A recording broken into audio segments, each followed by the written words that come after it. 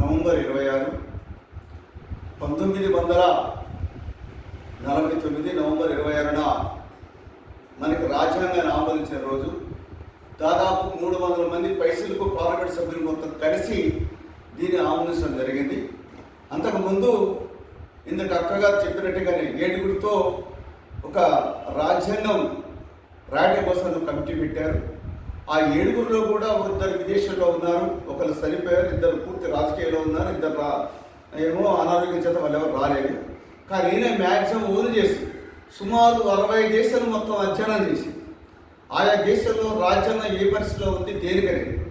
అంటే రాజ్యాంగం అంటే విధానం అని అర్థం. ఒకరు చెప్పాలంటే మనము దేశాన్ని మన సొంతంగా ఏర్పాటు చేసిన తర్వాత ఎట్లా మనం ప్లాన్ చేయాలి, అసెంబ్లీ ఎలా ఉండాలి, పార్లమెంట్ ఎలా ఉండాలి, ఆ రాష్ట్రం పరిస్థితి ఎలా ఉండాలి, ఎస్టీ ఎస్సీ మైనారిటీ వీరికి ఏ విధంగా రిజర్వేషన్ కల్పించాలి, వీళ్ళు ఎలా ముందుకు తీసుకెళ్ళాలి, దీని మీద మొత్తం తయారు చేసిన అదొక గ్రంథం మనకి ఒక దిక్చూచి మన భారతదేశం అన్నమాట.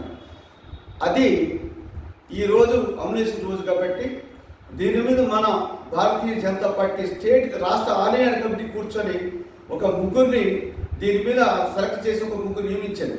అదేంటే అరుణ్ జయ్ గారు, అలాగే రాజేంద్ర ఉంది, చౌహకర్ ఏదో ఉంది, మొత్తం ముగ్గురి పేర్లు అనమాట. వీళ్ళు ముగ్గురు పెట్టేసి ఇవాళ సెంట్రల్ హాల్, పార్లమెంట్ సెంట్రల్ హాల్లోనే ఒక సదస్సులాగా ఏర్పాటు చేసి రాజ్యాంగం మీద, ప్రత్యేకించి అంబేద్కర్ గారి మీద, అలాగే త్యాగం చేసిన నాయకుల మీద అక్కడ లిఖిస్తారు. దాని మొత్తం కూడా ఈ రోజు నుండి మన 2025 జనవరి నవంబర్ 26 వరకు ఇది మొత్తం ప్రచారం చేయాలి. మనం మొత్తం కూడా మన దేశంలో ఉండే నాయకుల త్యాగాలు ప్రధానంగా ఈ స్వతంత్రం వచ్చే ముందు ఇంగ్లాండ్ దేశస్తులు, బ్రిటిష్ వారు మన దేశాన్ని సుమారు 200 ఏళ్ళు పరిపాలించారు. దాన్ని వ్యతిరేకిస్తూ మా భూమి, మా ప్రాంతం, మా ఏరియా, మాడిలి, మా నీళ్ళు మాకు కావాలని చెప్పేసి పెద్ద ఎత్తున ఉద్యమం చేశారు. ఈ సందర్భంగా ఎంతోమంది త్యాగదారులు, కొన్ని పేర్లు మాత్రమే చరిత్రకి ఎక్కినాయి, కానీ చరిత్ర పుటంలోకి ఎక్కని లక్షలాది మంది చనిపోయారు. చరిత్ర ఎక్కిన వాళ్ళలో ప్రధానంగా గాంధీ గారు, లేక నెహ్రూ గారు, సరోజినీ దేవి గారు, వల్లభాయ్ పటేల్ గారు, సుభాష్ చంద్రబోస్ గారు, అలాగే లాలా లజపత్ రాయ్ గారు, ఇలాంటి మొత్తం కూడా బాల గంగాధర్ తిలక్, అలాగే భగత్ సింగ్, గురుదేవ్, రాజ్గురు, తర్వాత ఇలా అజయ్ చంద్రశేఖర్, ఇలా అనేక మంది మా దేశం కోసం త్యాగం చేశారు.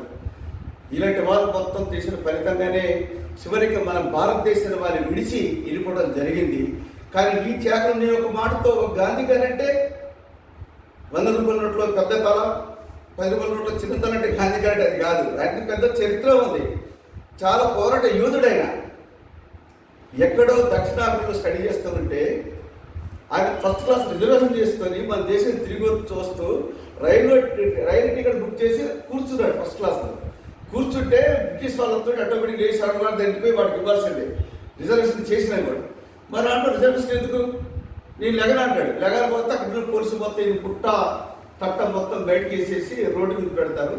రోడ్డు మీద పెడితే అక్కడే నిరసన దీక్ష చేస్తాడు, ఏం మాట్లాడు, అక్కడే కూర్చుంటాడు.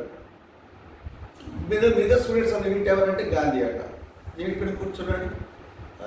ఫస్ట్ క్లాస్ ట్రైన్లో టికెట్ తీసుకుని ఇస్తే తను పక్కన పడేసినట్టంటే అలా కూర్చుంటే వారికి వారే తెలుసుకొని పెద్ద ఉద్యమాలు చెప్తారు. అంటే మన దేశం కాకుండా భారతదేశంలోనే ఏమి తెలవన్నాడు, చిన్న పిల్లగడైన పెద్ద ఉద్యమం లేపాడు. ఇలాంటి నాయకుడు ఈ భారతదేశం కరెక్ట్గా సరిపోయిన పాత్రలో.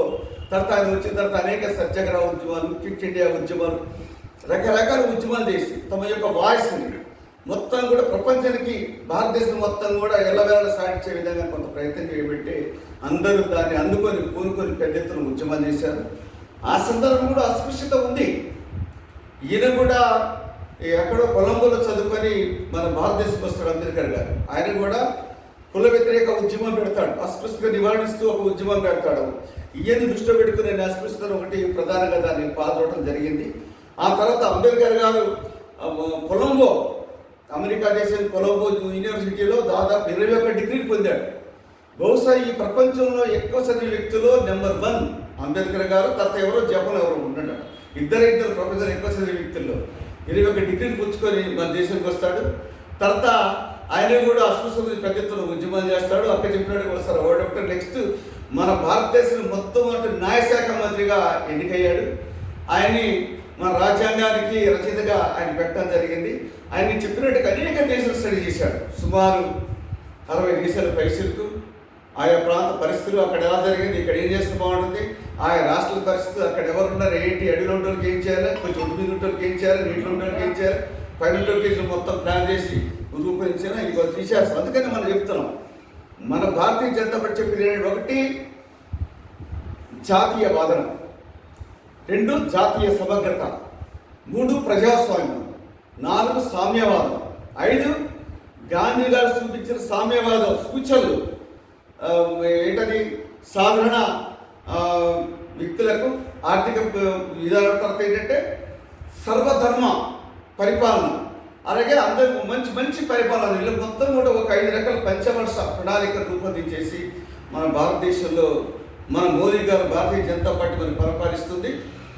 మన ఎన్నికల్లో కూడా ఒక మాట చెప్పేవాళ్ళు, సబ్కా సాత్, సబ్కా వికాస్, సబ్కా విశ్వాస్, సబ్కా ప్రయాస్. అంటే ఏంటంటే సబ్కా సాత్ అందరిని కలుపుకొని, అందరిని కూడగట్టుకొని, అలాగే సబ్కా వికాస్ అందరి అభివృద్ధి కోసం, అందరి అభివృద్ధి కాంక్షిస్తూ, సబ్కా వికాస్ అందరి విశ్వాసాన్ని స్వరగొంటూ, సబ్కా ప్రయాస్ అంటే అందరూ కృషితోని మన దేశాన్ని నిర్మించాలని చెప్పేసి ఒక నినాదం తీసుకొని ఆ విధంగా మన పార్టీ పనిచేస్తుంది.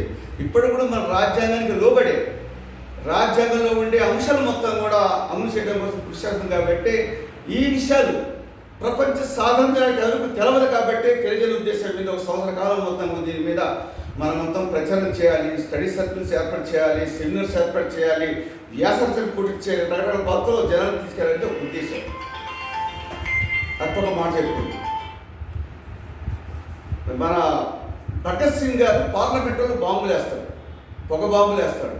ఆయన అడుగుతారు పోలీసు పట్టుకుని, ఎందుకు బాంబు వేశాడంటే, ఎవరో అట్టడిలో ఉండే సాధారణ ప్రజానికం కూడా నిద్రలో కూడా లేచి ఎందుకు భగత్ సింగ్ బాంబు వేసిన వాళ్ళకి అర్థం కావాలి, అందుకని ఇక్కడ వేశాను. ఈ నాణ్యత వ్యతిరేకంగా అనమాట. వాళ్ళ నాడు లాలా లజపతి